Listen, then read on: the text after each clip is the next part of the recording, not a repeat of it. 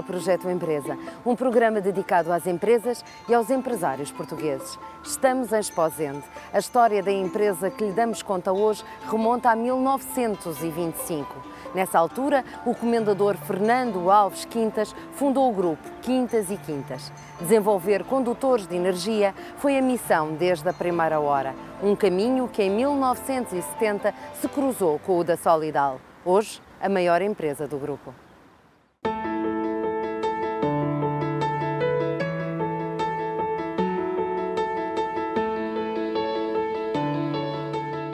É aqui que Manuel Quintas, chairman do grupo Quintas e Quintas, passa uma boa parte do seu dia. É assim há cerca de 50 anos, desde que, com apenas 25 anos, começou a trabalhar, juntamente com os irmãos, no grupo fundado pelo pai. E mesmo com a passagem do testemunho às novas gerações da família, Manuel Quintas é presença assídua nos escritórios da Póvoa do Varzim todos os dias. As recordações são muitas, sobretudo dos ensinamentos do pai, o comendador Francisco Alves Quintas.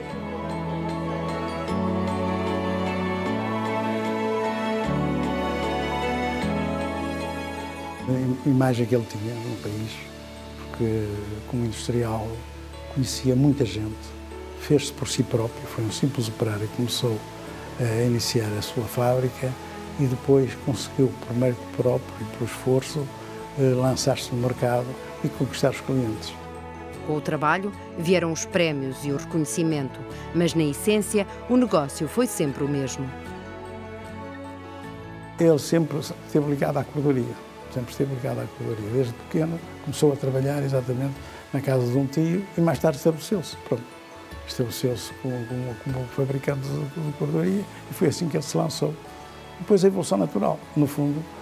Eu costumo dizer que nós o que fabricamos hoje, no fundo, são também outros tipos de cordas. Fabricamos cordas de sisal, fabricamos cordas sintéticas, depois viemos a fabricar cabos de aço, depois viemos a fabricar os cabos de alumínio. São cordas, o sistema é sempre o mesmo. Foi quando começámos a fabricar cabos de condutores. Deu muito trabalho, porque havia o condicionamento industrial. E nós concorremos exatamente, tínhamos comprado as máquinas, concorremos à CNE, um concurso de cabos de alumínio. E foi-nos adjudicado. Tínhamos as máquinas, tínhamos a matéria-prima, mas veio o conhecimento dos anos que a gente não podia fabricar os cabos, porque a Companhia Portuguesa de Cobre, que só trabalhava cobre, tinha autorização para os metais não ferrosos, portanto não podíamos fabricar os cabos. Foi uma luta com o governo, demorou 2 meses e tal, mas depois o secretário autorizou, porque afinal nós tínhamos a encomenda, nós tínhamos a matéria-prima, nós tínhamos a máquina, a Companhia Portuguesa não tinha nada, e se comprava as máquinas e nós tínhamos a matéria-prima. O meu pai respondeu à sua maneira, sabe, eu tenho a mulher, eu sei o que é que lhe dê a minha mulher para si. Não lhe dou. Na história, a Quintas e Quintas cruza-se com a Solidal ao longo dos anos. Vai fazer agora em maio 34 anos. Eu vim para cá bastante novo, no entanto já tinha 7 anos de outra empresa, trabalhando numa outra empresa. Mas o encontro definitivo entre as duas empresas dá-se a partir de 2001, ano da reestruturação do grupo e da concentração das atividades industriais em Esposende. Notou-se a partir daí um grande desenvolvimento da empresa, a começar desde a portaria. Era uma fábrica pequenina, quase, não digo familiar, talvez familiar seja mais agora, mas deu um grande impulso quando realmente o grupo Quintas e Quintas tomou o controle e o comando desta empresa. Escolhemos sempre pessoas de família, mas também pessoas de fora, para que as coisas possam efetivamente desenvolver-se e pronto, haver aquele sentimento de união na família, mas haver também alguma pessoa estranha que ponha um certo ritmo de trabalho a todas as pessoas. Lembro-me da fundação, dos fundadores da Solidal, em que foi uma agradável surpresa, há coisa de 2 anos, um dos fundadores ainda vivos, fazer uma visita aqui à fábrica e ficar surpreendido com a evolução que esta empresa teve ao longo destes anos. Hoje as unidades fabris são 5. Mas é da Solidal, a empresa de condutores elétricos, que chegam 2/3 dos resultados. A faturação cresceu e os resultados operacionais e líquidos abrandaram ligeiramente em 2011 face a 2010. Para 2012, o grupo não quis avançar perspectivas. O desenvolvimento de condutores de energia é a imagem de marca e os produtos são vários. A Solidal está presente em vários países, com as exportações a representarem quase 70% do negócio. À lista de presenças internacionais, o grupo junta ainda a Turquia, através da Tegopi, a empresa de metalomecânica. Os longos anos de experiência permitem comparar os tempos difíceis de hoje com outros do passado. Mudou muito. Hoje temos uma banca que pode ajudar os industriais, mas antigamente tínhamos esse apoio da banca. A banca conhecia o industrial, conhecia no pormenor e aceitava muito o desafio de ajudar um industrial a crescer. Hoje a banca não faz isso. O que devia fazer, talvez, porque se calhar muitas empresas se desenvolveriam mais rapidamente e mais facilmente e se arranjariam muitos postos de trabalho. A política hoje também é mais difícil de fazer, porque hoje estamos integrados num mundo muito complexo, com muitas perturbações, e estamos numa Europa que condiciona a nossa maneira de estar. Mas também temos que saber que cada um tem que fazer por si para poder estar na Europa, senão não pode estar. E não vamos acreditar que ninguém nos vem dar nada. Temos nós que criar, por nós próprios, essas coisas que queremos, porque não é da Europa que vem alguma coisa. Ficam as palavras de quem já viveu muito. Pedro Lima é presidente executivo da Solidal e é o nosso convidado de hoje. Olá, obrigada por nos receber aqui na Solidal. Tenho todo o gosto. Eu começo por lhe perguntar como é que a Solidal está a lidar com esta crise. Felizmente não está a lidar muito mal. Acho que esta crise é profunda, vai ser longa, não vai ser nada fácil de ultrapassar, mas o facto de estarmos posicionados em mercados mais estáveis, em termos setoriais, o setor de energia em particular, e o facto de dependermos muito pouco dos países que estão a ser mais afetados pela crise, em particular dependemos relativamente pouco da Península Ibérica, faz com que não sintamos tanto esta crise como outras indústrias, outras atividades mais viradas para o mercado interno ou para setores mais expostos a uma recessão como aquela que estamos a viver. De qualquer modo, e tendo em conta que isto já é um processo que se arrasta há alguns anos, foi preciso proceder internamente a algum reajuste, a reestruturação ou, de facto, esses mercados onde estão diferentes da Península Ibérica, por exemplo, como mencionou, estão a conseguir equilibrar sem ter que se proceder a medidas mais drásticas? É sempre necessário reajustar o caminho que estamos a seguir. De facto, a queda de atividade que se registrou primeiro em Espanha e depois em Portugal levou a que os preços de mercado tivessem quebras extremamente expressivas e esta indústria hoje vive com margens muito mais reduzidas do que aquelas que se verificavam antes de 2007. São margens historicamente talvez as mais baixas de sempre. Eu conheço a indústria desde o final dos anos 90 e nessa altura houve um período de margens muito reduzidas provocado pelo processo de privatização das utilities, que levou a uma quebra pontual das compras e dos investimentos das utilities nesses primeiros anos do século XXI e nos últimos anos do século XX, e levou a um excesso de oferta na Europa e a uma depressão dos preços. A situação que se vive hoje é uma situação muitíssimo mais grave, em que, devido à quebra do investimento em Espanha, inicialmente, e que depois se alargou a outros países, no caso específico desta indústria, em que também estão sediadas em Espanha as nossas principais concorrentes subsidiárias de empresas multinacionais, teve um efeito muito forte e muito pernicioso sobre os preços. O facto de nós termos tido, logo antes do início desta crise, uma evolução bastante positiva em termos de melhoria de margens operacionais, nomeadamente através de produtos de maior valor acrescentado, e o facto de termos tido também... Com mais tecnologia, não é? Com mais tecnologia. Já lá iremos, mas é uma característica vossa. Exato. Também, uma aposta grande. E o facto de termos prosseguido um investimento muito significativo em aumento de capacidade produtiva mais dirigida para esses segmentos mais altos da nossa gama de produção, fez com que resistíssemos muito melhor a esta situação. E o mercado das matérias-primas, como é que se tem estado a comportar? É um mercado tipicamente muito volátil. As nossas matérias-primas são os metais industriais e são derivados de petróleo. Portanto, uns e outros têm uma enorme volatilidade. Mas voltando um bocadinho à questão da necessidade de infletir rumos, é evidente que temos mesmo assim que fazer ajustamentos. E hoje sentimos necessidade de abordar novos segmentos de mercado e novos espaços geográficos, onde o sacrifício de margens ainda não foi tão expressivo. E é isso que temos vindo a fazer, por exemplo, desde finais de 2010.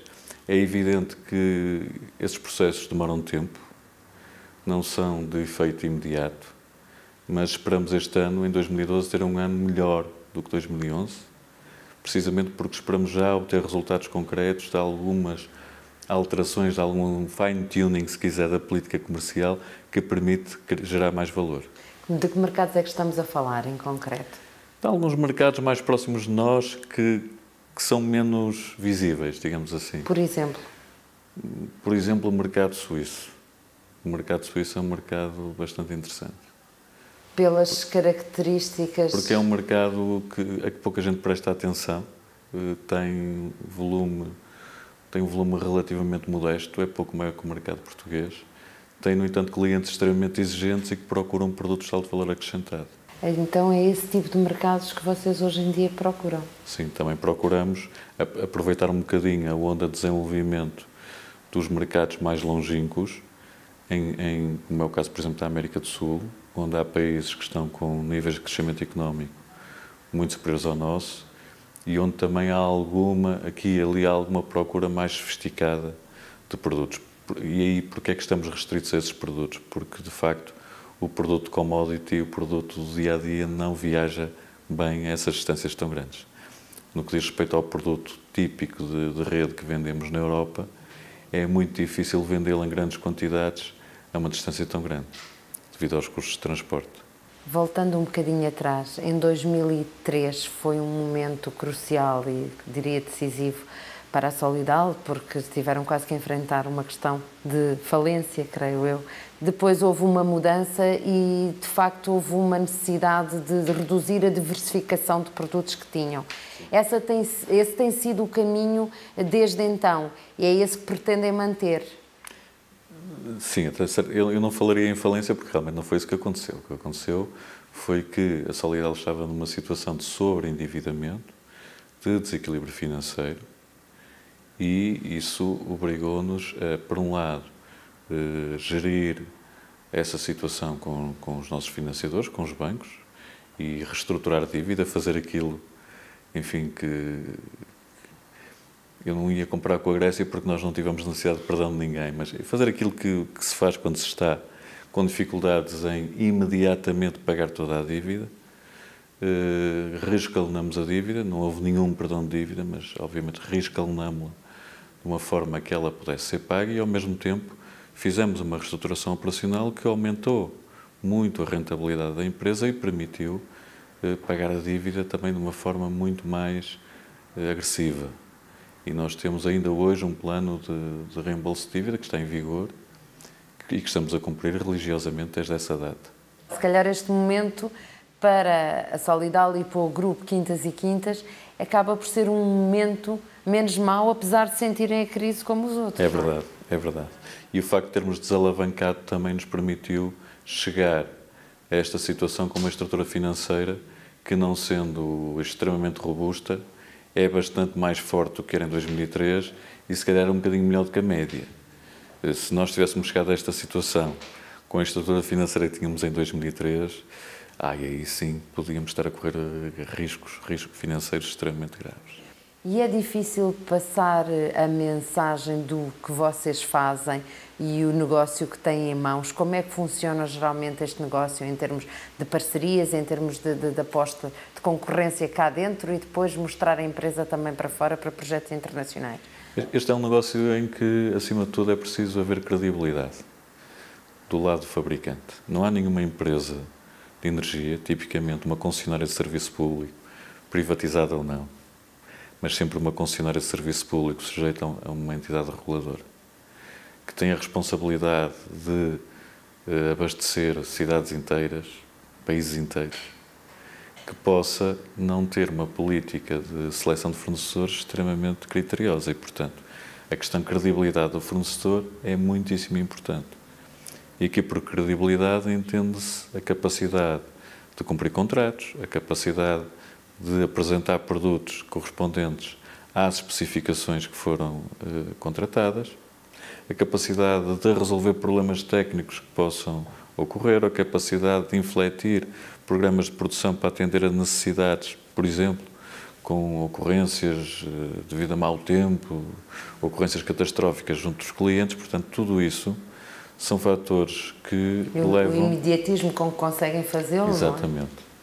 Não é? Nós temos que ter essa capacidade de resposta aos clientes, quer do ponto de vista logístico, quer no plano técnico e tecnológico. Por exemplo, se um cliente nos pedir, como nos pede frequentemente, eu quero um cabo que tenha idêntico desempenho, mas quero um cabo mais barato.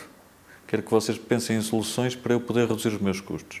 Nós também temos que estar capacitados para fazer isso. E tem uma equipa técnica, possivelmente, Exato. a pensar nessas alterações e nessas especificações. Isso obriga a uma todas. relação de grande proximidade com o cliente. Conhecê-lo, saber o que é que ele quer. E o cliente confia tanto mais num fabricante de cabos, quanto mais perceber que esse fabricante de cabos já tem uma relação continuada com outros clientes que lhe merecem credibilidade. Por exemplo, quando nós aparecemos em França como fornecedores da RTE ou da EDF, e é completamente diferente dizermos que já éramos fornecedores da National Grid no Reino Unido, já éramos fornecedores de todas as distribuidoras em Espanha, que já éramos fornecedores de todas as empresas de energia em Portugal, da Enel em Itália. Portanto, quando aparecemos em França com este conjunto de referências, as empresas de energia olham para nós e dizem: sim, senhor, isto são fabricantes que mantêm relações há anos, com contratos de médio prazo e com grandes volumes de produtos fornecidos, com congêneres que nos merecem toda a credibilidade e, portanto, não devem ser assim tão maus, não é? Como é que um homem que vive o seu dia-a-dia no mercado da energia olha para a entrada, por exemplo, de um grupo chinês para uma participação maioritária na EDP e até para a privatização da REN? Eu vejo isso como algo perfeitamente normal. Acho que as estruturas acionistas dessas empresas não são determinantes. O que é determinante é a regulação. E aí, em Portugal, e de uma forma geral, portanto, não me estou a referir ao setor elétrico, de uma forma geral, acho que há muito trabalho a fazer em termos de regulação. E isso mesmo é reconhecido no memorando da Troika. Acho que é um dos pontos mais importantes que lá está referido. Ou seja, não partilha daquela ideia que estamos a começar a vender todas as joias da coroa e que a rede energética, por exemplo, controlada e gerida por a REN, nunca deveria ser pertença de outros? É um trade-off. A rede energética é um ativo estratégico muito importante. Por isso, se a queremos vender, porque temos necessidade, e eu admito que fosse imperioso fazê-lo, não podemos deixar de o fazer sem, simultaneamente, aumentar e muito a eficácia da regulação. É determinante esse aspecto? Em geral, de uma forma geral. Alguns dos projetos em que já participaram, não sei se mais que um, tiveram apoio também do CREN. Sim. As coisas agora, em matéria de apoios, estão mais complicadas. Isso dificulta o dia-a-dia da Solidal? Impede alguns projetos a que poderiam concorrer que não concorrem?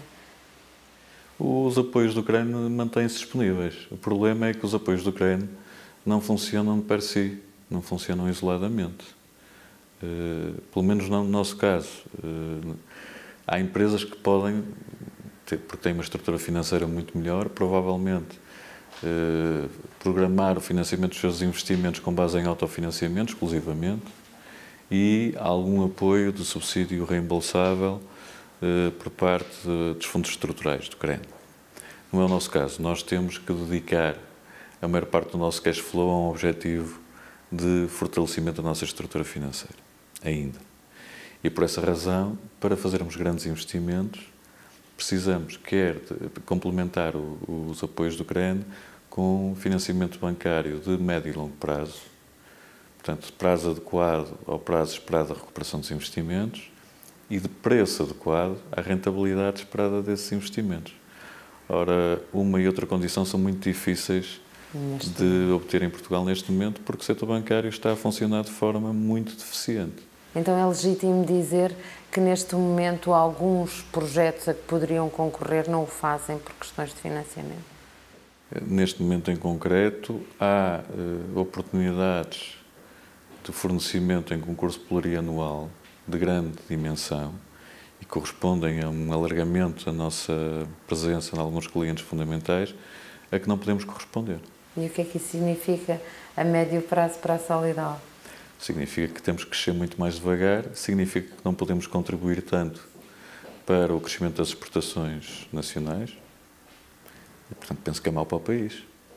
Esse é um tema também. Tenho dito que, já disse várias vezes que o caminho é lá para fora e internacionalizar e exportar.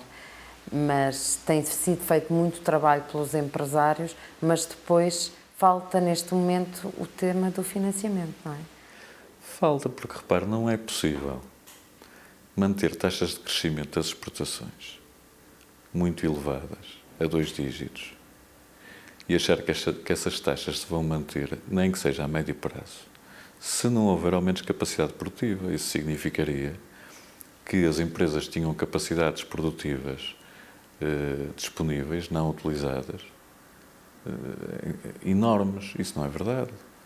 Uma empresa, quando faz um investimento, é porque tem uma perspectiva muito forte de ter um mercado para ocupar esse investimento. E o exemplo que nós temos do que nos aconteceu recentemente, há um ano e pouco, é bem claro. Nós, em poucos meses, tínhamos a capacidade produtiva novamente totalmente tombada, depois de termos feito um investimento que aumentou a nossa capacidade de quase 40%. Está a falar de que investimento? Um investimento que fizemos, que concluímos no verão de 2010. Pode concretizar? É um investimento essencialmente em aumentos de capacidade produtiva vocacionados para os cabos subterrâneos de alta e muito alta tensão. Mas a verdade é que a nossa capacidade produtiva foi logo utilizada. E não é possível, olhando para o país em geral, esperar que exista capacidade idle, na capacidade não utilizada, em montante tal que as exportações possam crescer a 2 dígitos, sem que haja um forte investimento produtivo. Ora, o que está a acontecer em Portugal é que não há financiamento para esse investimento produtivo. E os pecados do passado, em termos de sobre-exposição e sobre-apoio do setor bancário, nomeadamente à indústria de construção civil e obras públicas, mantêm-se. Sugestões da sua parte, como empresário? A sugestão é esta. É preciso olhar para isto. Em Portugal, olhando para os dados do Banco de Portugal, para o boletim estatístico que é publicado mensalmente pelo Banco de Portugal, nós verificamos que apenas 5% do crédito concedido diretamente ao setor de construção civil e indiretamente ao mesmo setor através de crédito à habitação e sem incluir o crédito concedido ao Estado para financiar obras públicas, que foi parar exatamente ao mesmo destino final. Do setor de crédito concedido direto e indiretamente à construção civil sem obras públicas representa 20 vezes mais do que todo o crédito concedido ao setor da indústria transformadora, que é o setor que exporta. Portanto, o setor que exporta representa 5% do crédito concedido pelo sistema bancário em Portugal. Ou seja, continuamos a pôr ovos nos cestos errados, ou a distribuí-los mal. Infelizmente não se pode conseguir que esta repartição se altere drasticamente e muito rapidamente. Ela foi herdada do passado, mas demonstra bem como se andou a subinvestir na indústria transformadora em Portugal e como perdemos competitividade devido a esse subinvestimento ao longo de muitos anos. O que se deve fazer agora é, primeiro, garantir que os bancos estão em condições de cumprir a sua missão, que é fazer circular o dinheiro na economia, que é receber depósitos e conceder crédito. Mas, ao mesmo tempo, da parte das autoridades que conduzem a política económica, deve haver um incentivo aos próprios bancos para que canalizem o seu crédito para a indústria transformadora e para quem exporta. E esse incentivo existe apenas em termos de discurso, não existe em termos efetivos. Então, que avaliação é que faz deste governo neste momento? Eu acho que o governo está a fazer o que pode. No muito curto prazo, acho que ainda é cedo para fazer uma avaliação definitiva. é evidente que é muito importante cumprir o memorando da Troika, é muito importante prosseguir uma política orçamental de grande rigor, é muito importante fazer reformas no setor da saúde, como julgo que estão a ser feitas, racionalizar a despesa, tudo isso é fundamental. O que me parece que ainda não foi possível abordar é que a forma como essas medidas de restrição orçamental afetam a economia e provocam recessão está a ser um bocadinho mal entendida. Na realidade, a recessão é provocada essencialmente por outros fatores. Não é pelo facto de se cortar a despesa pública que se cria recessão no médio e longo prazo. Cria-se recessão no curto prazo por razões meramente contabilísticas. Mas no médio e longo prazo não se cria recessão nenhuma. Pelo contrário, criam-se condições para o desenvolvimento da economia através da libertação de meios para o setor privado poder investir. Mas é fundamental que para o setor privado possa investir e para que se possa combater a recessão, que num segundo momento os meios de financiamento normais da economia estejam disponíveis. E a principal diferença entre esta situação que vivemos hoje e a que vivemos na década de 80, quando da segunda intervenção do FMI, é que na década de 80 a banca portuguesa estava a funcionar normalmente. E atualmente a banca portuguesa, por muito que digam o contrário, e por muito que esteja sólida, como se diz, não está a funcionar normalmente. Essa é a sua maior preocupação neste momento? É porque acho que alterar este estado de coisas obriga a fazer opções políticas que são difíceis. Pode obrigar a uma nacionalização de grande parte dos bancos. E isso é uma opção política que eu reconheço é bastante difícil, mas pode ser necessário.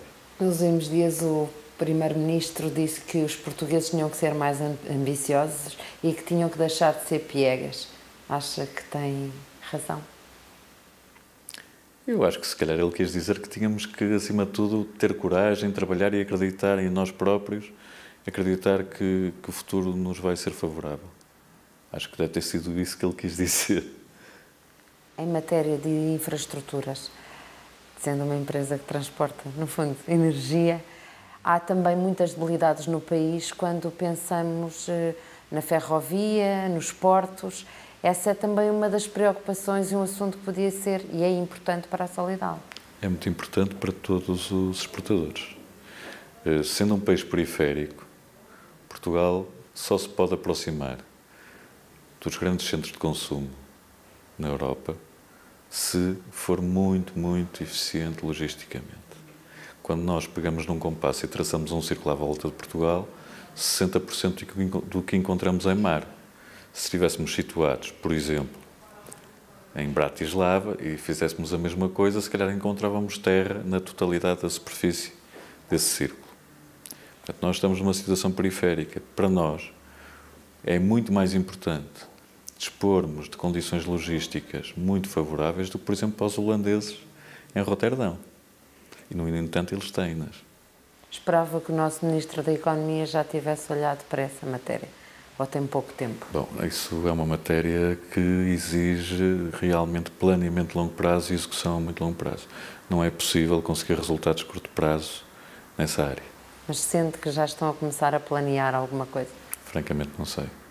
Acho que seria interessante, por exemplo, só para lançar uma ideia, como certamente se poderiam lançar muitas nessa área, seria extremamente interessante abandonar de uma vez por todas a ideia do automóvel elétrico, que é claramente inviável quando os portugueses, as famílias portuguesas sentem hoje tantas dificuldades, e pensar em substituir, isso sim, pelo comboio elétrico de mercadorias, reduzindo a dependência do transporte rodoviário de mercadorias e reduzindo a dependência do petróleo e aproveitando o facto de termos hoje uma base de geração de energias renováveis importante. Pedro Lima, obrigada pela sua entrevista aqui na Solidal. O projeto Empresa regressa a seguir a um breve intervalo.